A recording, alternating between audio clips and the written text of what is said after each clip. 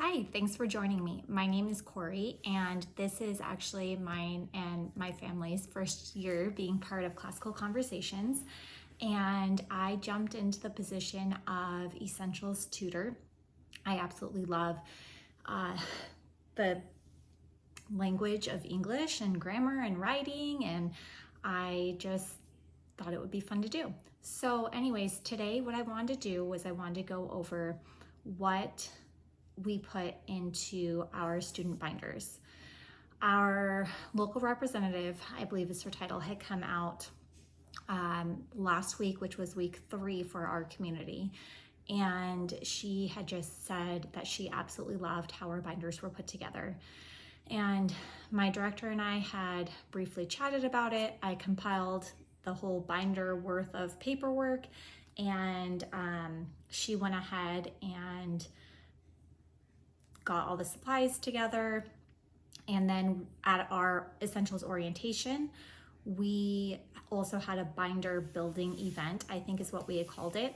And at this event, we, along with the typical orientation things for the class, I had gone over how to assemble the binder. And the reasoning I had behind that was just so that if the parents knew exactly what was in the binder, they would be more likely to utilize it and they'd be more familiar with it rather than just handing them a binder already prepped or ready to go, or giving them a checklist of things to add because all the little portions and exactly where they go in the binder to make sure it's concise.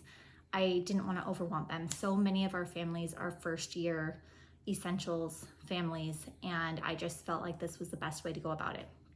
So here is our binder. It's a 1.5 inch binder, and this binder actually goes to community and the students bring it home. So during class, I'm teaching the parents and the students where the things are that they need to utilize during the week in their binders and how to use it. That way it really empowers families, so it's not just me putting things up on a board or talking about them and then going home and then they're like, I don't know how this is supposed to work with what's in the binder. So anyways, this is working out very well. I've only had one instance, maybe 2, of a student forgetting it at home. However, I do carry one extra binder with me, so I've been able to bless that family for that day to let them borrow my binder. That way they can still follow along. Okay, I do also, if you are an essentials tutor, I highly recommend joining an essentials tutor Facebook group, and make sure that you're also checking the resources on CC Connected.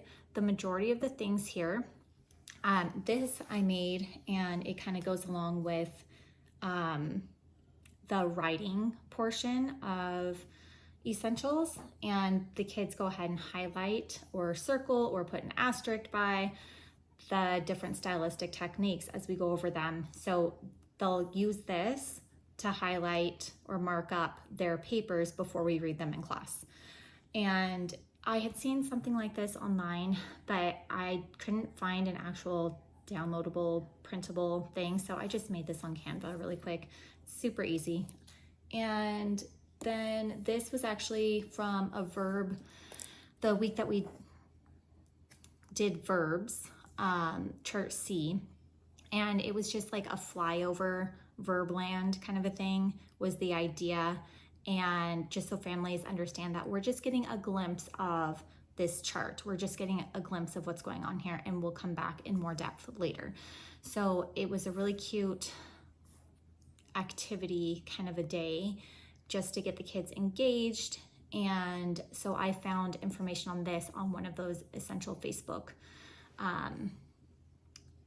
tutor groups. So anyways, getting into what's in here, we have also been utilizing some page protectors. That way we can go ahead and on the blank charts or on other pages, we can go ahead and put the pages in the page protector, make marks, and then we can erase it, and then the kids can go back and copy or practice that some more. So The first thing we have here are the weekly planning sheets. My director and I really like these because they're so full of amazing things, and it helps keep the kids accountable. And for anyone who likes to check things off lists, this is especially exciting. Once you complete something, you kind of get to check it off. So we did print off weeks 1 through 24, and the majority of the things in here are actually from CC Connected, and they are from the e-zine specifically. So you can go ahead and download weeks 1 through 24 from the e-zine, and you'll be able to find the majority of the things I'm going to show you right there. And so here are the daily assignments. So our start day is actually Wednesdays, and so our day 1 is Thursday, our day 2 is Friday, and then day 3 is the following Monday, and day 4 is that following Tuesday. It gives us vocabulary of what we're covering in regards to the grammar portion. It also provides the IEW vocab and definitions, which is really helpful. And it kind of gives a heads up about what we've gone over in class so that we can continue to do that at home. So the first section, and we have the page dividers now.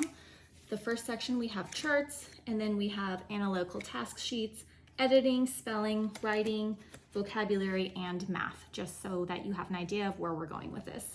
So under charts, the first thing I really wanted to have here was the scope and sequence, and the reason why is because I wanted families to be able to see that we are going over so many of the charts at first, and then we are going to revisit them.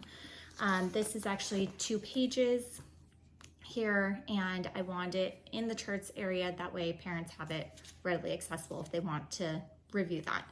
After this, all the charts are actually printed off here, and they are easily found in the e-zine, or they are actually also in your EEL binder. And then under the analytical task sheets, we chose to do a couple of things here. So we have the weekly sentences, but we also have an analytical task sheet in a page protector so that parents can go ahead and easily dictate a sentence and go through all the question confirmation, the mechanic checks, diagramming, so on and so forth. And then we also, these are also in the e-zine, printed off each of these sheets. So families are going to be able to figure out what works best for them. Some families, having an actual printed sheet is going to work best for them. However, other families, I just feel like this is so easily convenient, can just have like this one page and their weekly sentences instead of the separate pages all printed out. Next is the editing section.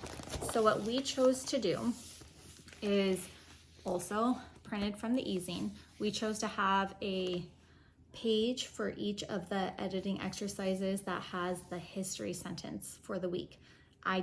My director and I both actually really like the idea of tying in whatever else is going on in foundations or in other places within CC into what we're doing in essentials. It just makes it more meaningful, kind of more fun, helps us make connections there. And also pay more attention to when you see it, your history sentence written one way and you're like, wait a minute, like I've learned that that's a proper noun and it needs to be capitalized. So they're making those connections all throughout. Spelling.